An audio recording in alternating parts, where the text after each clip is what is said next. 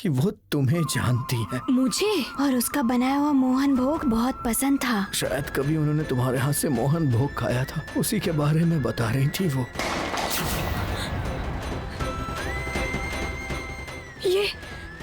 ये सब बूढ़ी माँ ने आपको बताया है? अगर वो नहीं बताती तो मुझे कैसे पता चलता। तुम्हारा मंदिर में जाके आरती उतारना, मोहन भोग खिलाना, सब कुछ बताया उन्होंने।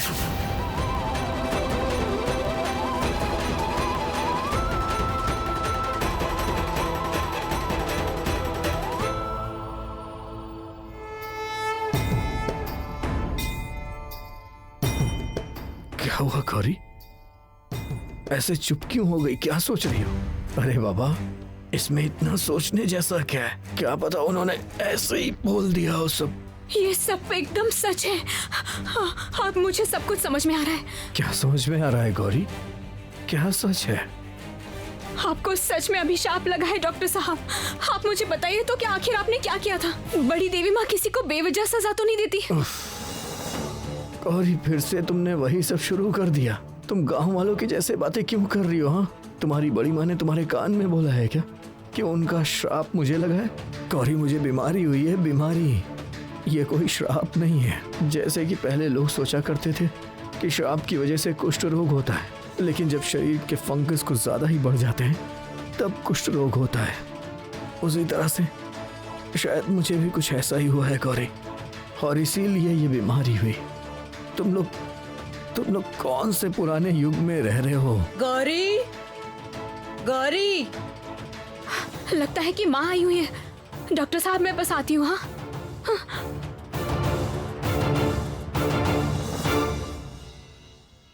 क्या देवघर?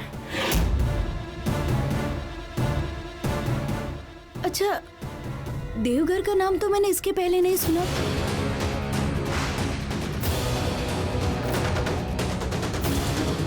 वैसे देवघर क्यों गई थी?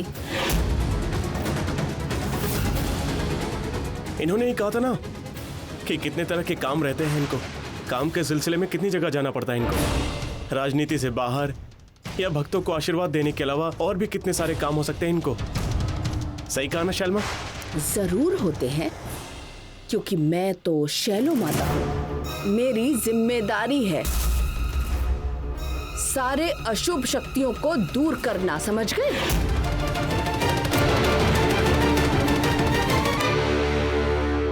इसलिए सिर्फ देवघर ही क्यों, जहां मुझे जाने की जरूरत पड़ेगी मैं वहां जाऊंगी।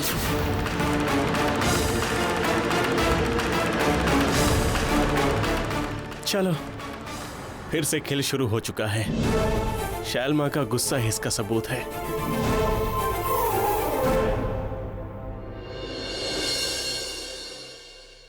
माँ,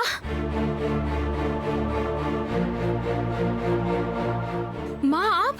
गौरी, गौरी तू यहाँ पर आई है, ये बात सुन के मैं अपने आप को रोक ही नहीं पाई। गौरी, तू कैसी है बेटी? मुझे छूना मत माँ, मुझे मत छुइएगा, मैं बिल्कुल ठीक हूँ। असल में डॉक्टर साहब कह रहे थे ये बीमारी छूने से फैलती है, इसीलिए आप मेरे पास मत आइएगा। अगर मुझे हो रही होगी तो आपको भी हो जाएगी। नहीं नहीं गौरी, देखो वही बात करने के लिए मैं यहाँ आया हूँ। ईशान की इस बीमारी को लेकर डॉक्टर घोष से मेरी बात हुई है। उन्होंने कहा है कि ये एक रेयर डिजीज जरूर है, लेकिन संक्रमण बिल्कुल नहीं है। तुम ईशान के पास हो इसलिए तुमको भी ये बीमारी हो जाएगी, ऐसा नहीं है।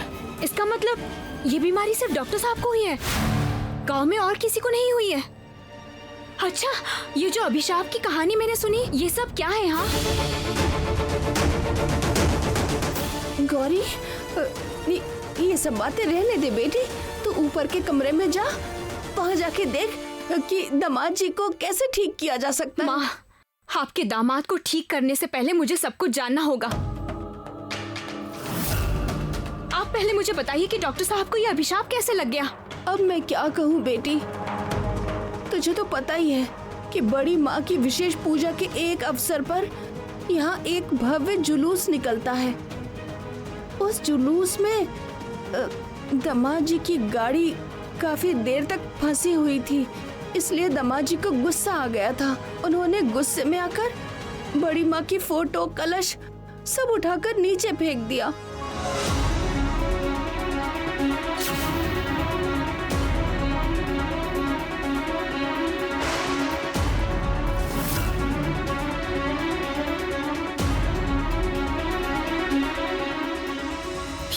गलत हो गया माँ? डॉक्टर साहब ने अचानक ऐसा क्यों किया? ऐसा कोई करता है क्या? गांव के कुछ लोग तो ये भी कहते हैं कि उस घटना के बाद से ही दामाद जी की ऐसी हालत हो गई, और उसके बाद से ही पता है बेटा, इस गांव में पानी की बहुत किल्लत शुरू हो गई। माँ को धीरे धीरे शांत करना होगा, एक बार में नहीं होंगी। हो माँ, आप देवी माँ के प्रसाद का फूल लेकर आएंगी मेरे लिए? तो बिल्कुल चिंता मत कर बेटी, माँ के आशीर्वाद के फूल मैं अपने साथ लेकर आई हूँ। रुक जा, देती हूँ।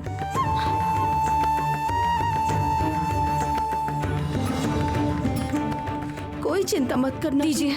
ये ले। तू अभी जरा देख ले बेटी, कैसे दामाद जी को जल्दी स्वस्थ किया जा सकता है। मैं तो दिन रात बड़ी माँ के आगे प्रार्थना कर रही हूँ। देवी माँ, आप जल्दी दामाद जी को ठीक कर दीजिए माँ। सब कुछ फिर से पहले जैसा ठीक कर दीजिए। ठीक है तो फिर माँ, अभी आप जाइए और याद रखिएगा, किसी को ये पता नहीं चलना चाहिए कि मैं गांव में आई हूँ, ठीक है? चलती हूँ मैं।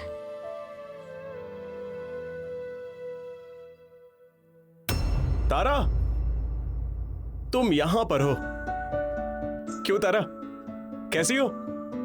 चाचू, आप आए हैं, बहुत अच्छा हुआ। क्यों, क्या हुआ है? माँ को अभी बताना पड़ेगा। पुण्य तालाब पुष्प की माला वाली कविता। अच्छा, ऐसा है क्या? ये कविता बोलना इतना जरूरी है क्या? बहुत। देखिए ना, घर के सारे लोगों को एक एक करके बता रही हूँ। कोई माँ को फोन नहीं कर रहा है, इसलिए कविता नहीं सुना पा रही हूँ। अच्छा तारा, तुम्हारी माँ अगर वहाँ बिजी होंगी तो? होने दीजिए, लेकिन माँ को बताना बहुत जरूरी है। अच्छा, तो फिर मैं तुम्हारी माँ को कॉल करता हूँ। रुको।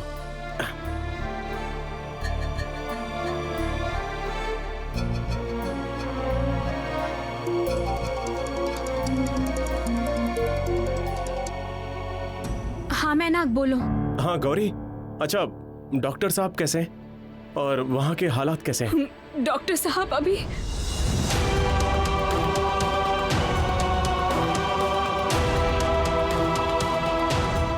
बाप रे, डॉक्टर साहब इतने बीमार हैं? ओ चाचू, क्या हुआ? मुझे फोन दीजिए, आप तो खुद ही बात किए जा रहे हैं। हाँ देता हूँ। अच्छा गौरी, मैं तारा को फोन दे रहा हूँ। ये तुम्हें एक बहुत ही जरूरी कविता सुनाना चाहती है। लो। हेलो माँ। हाँ बेटी बोलो। पहले ये कविता सुनिए। पुण्य तालाब पुष्प की माला, कौन समझेगा सुबह की बेला। मैं सती लीलावती, समझ के होगी भाग्यवती। अरे ये क्या, ये तो पुण्य करने का व्रत है। क्या कह रही है गौरी हमारी तारा? हाँ रुको, आप तारा से बात कर लीजिए। रुको तारा, मैं स्पीकर पे कर रही हूँ, अपने पापा से बात कर लो। ये लो। पापा, आप कैसे हो? आप घर कब वापस आओगे? मैं ठीक हूँ बेटा, थोड़ा समय लगेगा लेकिन मैं ठीक हूँ। अच्छा तारा, तुम तो ठीक हो ना बेटा? पता है पापा, आप लोग यहाँ मौजूद नहीं हो, मत सोचना कि मैं पढ़ाई नहीं कर रही। मैं तो मन लगाकर पढ़ाई कर रही हूँ। मैं ऐसा कुछ नहीं सोच रहा बेटा, मुझे तो पता है कि तुम मेरी सोना बेटा हो। तुम बिल्कुल शरारत मत करना। जब वापस आएंगे मेरे लिए चॉकलेट ले आना, ठीक है? हाँ बेटा, मैं लेकर आऊंगा। अच्छा, रखती हूँ। बिल्कुल चिंता मत करना, तुम्हारे पापा बहुत जल्द लौट आएंगे। मैं उसे कभी भी चॉकलेट नहीं खिला पाऊंगा गौरी। उसे क्या मैं कभी देख भी पाऊंगा? नहीं डॉक्टर साहब, इस तरह की बातें मत कीजिए। आप ठीक हो जाएंगे, देखना, स्वस्थ हो जाएंगे आप।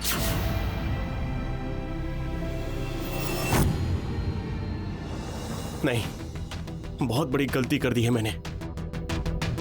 मुझे रात में बस में बैठकर चौपहाड़ी में चले जाना चाहिए था। गौरी वहां पर कैसे संभाल रही है कुछ भी समझ नहीं आ रहा है मुझे। एटलीस्ट वहां रहता तो उसकी मदद तो कर पाता। ध्यान से मेरी बात सुन लो। आज मेरे भक्त लोग मेरा आशीर्वाद लेने आएंगे।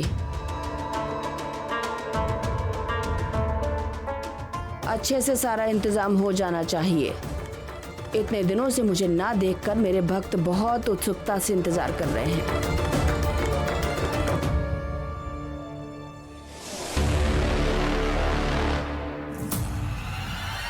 ये क्या? तुम यहाँ पर? तुम यहाँ पर क्यों आए हो? मुझे बस एक ही बात पता करनी है शैलमा, क्या आप देवघर में भी भक्तों से ही मिलने गई थी? मतलब उन सबको आशीर्वाद दे के आई हैं क्या? तुम सब लोग जाओ यहाँ से। जो बोला है वो इंतजाम करो, जाओ।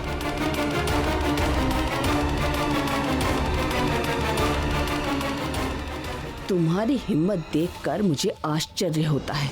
क्या सोचा है तुमने? मेरी ही नाक के बराबर खड़े होकर तुम मुझे डराओगे और मैं हाथ पे हाथ रख के बैठी रहूंगी? डर? मतलब मेरी छोटी सी बात से आप डर गई? छी छी, आप ये सब क्या कह रही हैं? मैं भला आपको क्यों डराऊंगा? हाँ, मतलब मैं तो आपको बहुत ही भोली भाली समझता बिल्कुल हूँ। मेरे साथ चालाकी करने की कोशिश मत करना, समझ गए? तुम कौन हो? तुम्हारे ग्रह नक्षत्रों की सारी खबर है मुझे। तुम्हारी सारी करतूतों की खबर मेरे हाथों में है। नहीं शैलमा, आपको मेरे बारे में बहुत कुछ पता होगा, लेकिन मेरा असली परिचय अभी भी आपको पता नहीं है।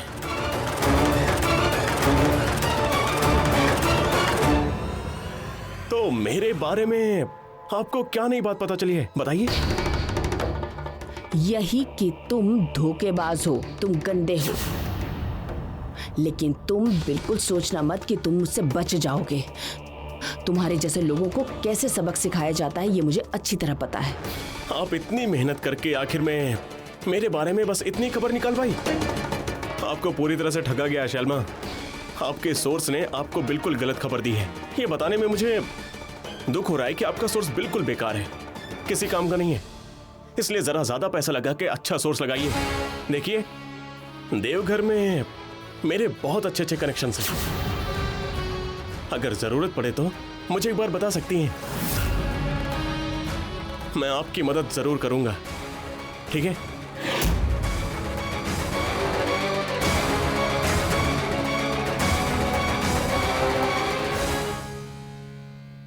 मुझे झूठी तसल्ली मत दो गौरी। मैं एक डॉक्टर हूँ। मैं समझ रहा हूँ। मैं समझ रहा हूँ कि मेरा शरीर धीरे धीरे बेकार होता जा रहा है। अब मैं पूरी तरह से अंधा हो जाऊंगा और उसके बाद मेरे ऑर्गन्स फेल हो जाएंगे और फिर उसके बाद एक दिन मेरी हार्ट बीट रुक जाएगी। चुप हो जाइए डॉक्टर साहब, ये सब कैसी बातें कर रहे हैं आप? ऐसी अशुभ बातें आप बिल्कुल भी नहीं करेंगे। आप तारा के बारे में बात कर रहे थे ना? आप नहीं रहेंगे तो तारा की परवरिश कैसे होगी डॉक्टर साहब? आपको ठीक होना ही होगा, बस थोड़ा धीरज रखिए, देखना आप फिर से स्वस्थ हो जाएंगे। क्या चाहिए आपको डॉक्टर साहब? कुछ चाहिए आपको? मुझे बताइए। हाँ, वहाँ आंखों का ड्रॉप रखा है, हरे रंग का ढक्कन होगा, वो जरा दो मुझे गौरी। हाँ, मैं आपको देती हूँ। अच्छा, ये क्या है? डी? हाँ गौरी, हरे रंग का ढक्कन होगा, वो मेरी आंखों में डाल दो। माँ के आशीर्वाद के फूल मैं अपने साथ लेकर आई हूँ।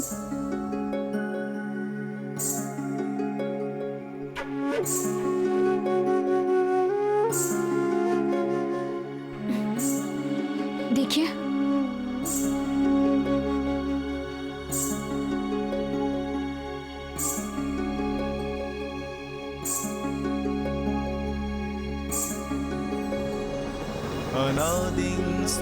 हे बड़ी देवी माँ, कृपा कीजिए, मेरे पति की आंखों की रोशनी वापस लौटा दीजिए माँ। मेरी प्रार्थना आप मान लीजिए माँ। मैंने आपके प्रसाद का फूल डॉक्टर साहब की आंखों को छुआ दिया है। क्या हुआ गौरी? क्या हुआ? तुमने कुछ लगाया क्या मेरी आंखों में? तुमने मेरी आंखों पे कुछ सहलाया शायद। मेरी प्रार्थना डॉक्टर साहब। मतलब और क्या? अच्छा, आप मुझे ये बताइए, कोई और दवाई भी देनी है तो फिर मैं उसे भी दे दूंगी। नहीं गौरी, तुम बस जरा पास में बैठी रहो।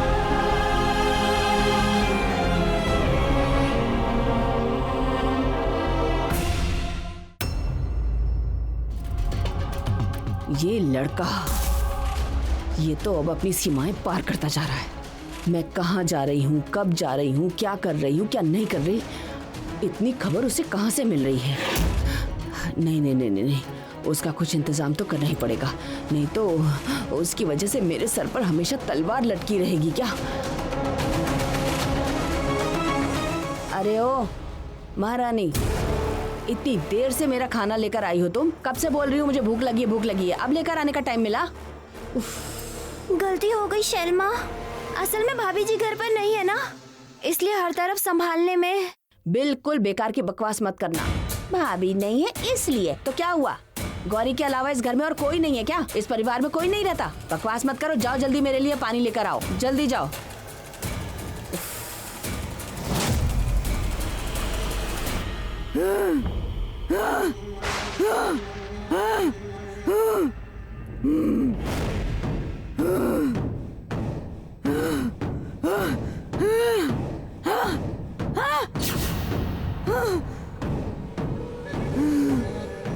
मालती, अरे बाप रे बाप, भूत है, भूत भूत भूत भूत, अरे बाप रे बचाओ कोई। अरे क्या हो रहा है? अरे बाप रे बाप, ये देखो।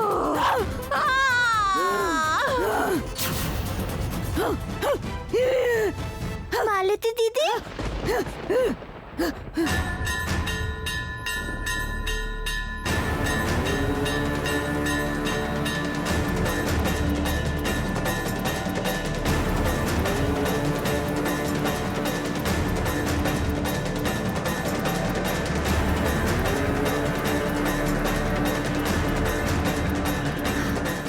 मुझे क्या हुआ था?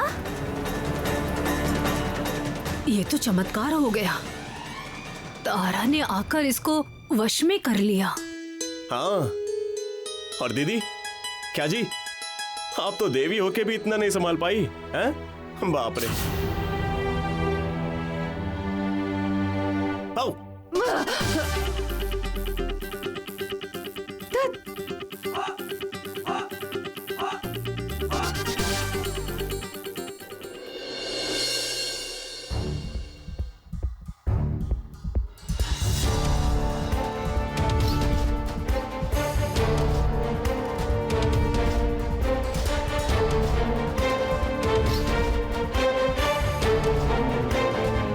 इस समय मंदिर खाली रहता है। डॉक्टर साहब के लिए देवी माँ के चरणों का जल लेकर चली जाऊंगी, कोई मुझे देख नहीं पाएगा।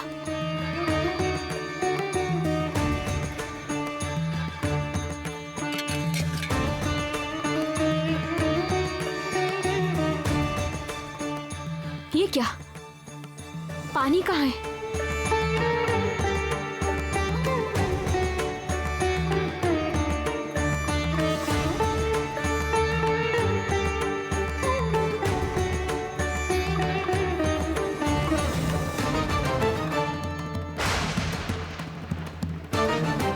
ये क्या, कहीं भी एक बूंद पानी नहीं है, लेकिन चरणामृत के लिए पानी तो चाहिए होगा। क्या करूंगी अब मैं? आखिर यहाँ पानी क्यों नहीं है?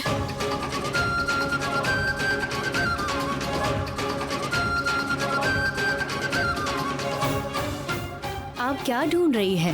पानी? हाँ, मुझे थोड़ा पानी चाहिए था। असल में मैं मेरे पति के लिए चरणामृत लेकर जाना चाहती हूँ। आप यहाँ पर नहीं हैं? आप इस गांव की नहीं हैं क्या? इस गांव में सिर्फ मंदिर में ही नहीं, कहीं एक बूंद भी पानी नहीं मिलेगा। माँ के क्रोध से जलाशय और तालाब सब कुछ सूख गया है। किसी दूर गांव से हम लोगों को पानी लाना पड़ता है। इस पानी की कमी से देखना, एक दिन गांव के सारे लोग भाग जाएंगे, ये गांव रेगिस्तान बन जाएगा।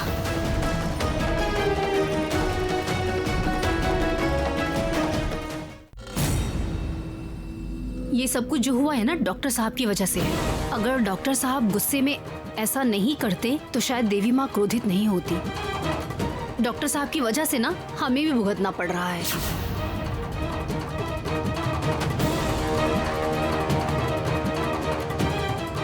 हे देवी माँ, शांत हो जाइए, रक्षा कीजिए माँ, हमें पानी की मुसीबत से मुक्त करिए।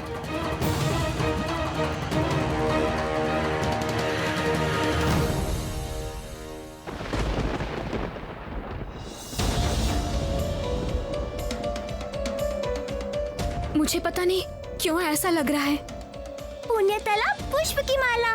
कौन समझेगा सुबह की बेला, मैं सती लीलावती, समझ के होगी भाग्यवती। तारा को उस कविता के बारे में पता नहीं होना था, तो फिर उसे कैसे पता चला?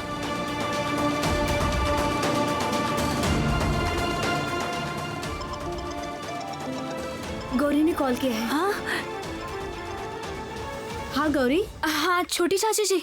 अच्छा तारा कहीं आसपास है क्या? बात करवाइए ना, जरूरी है। हाँ हाँ देती हूँ। तारा माँ।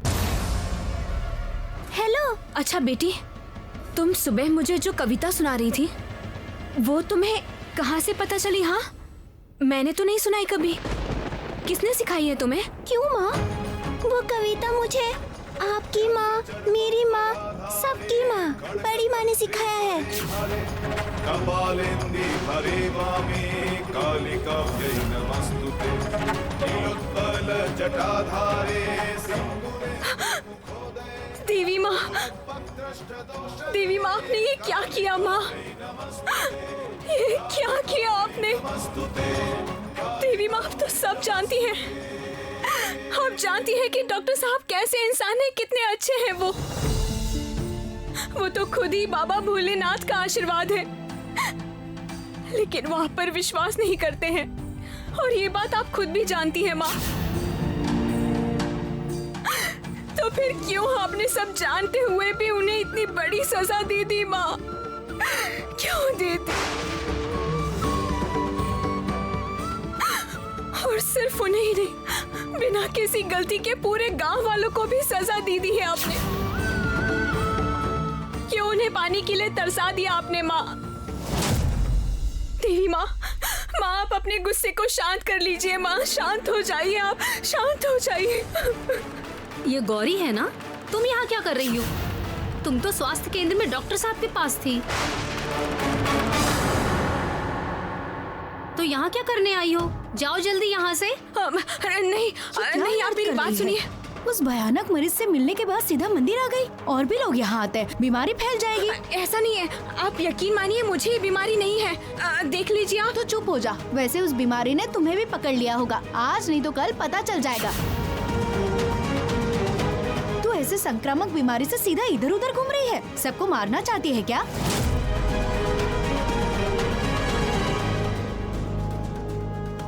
जा, तू अभी निकल यहाँ से।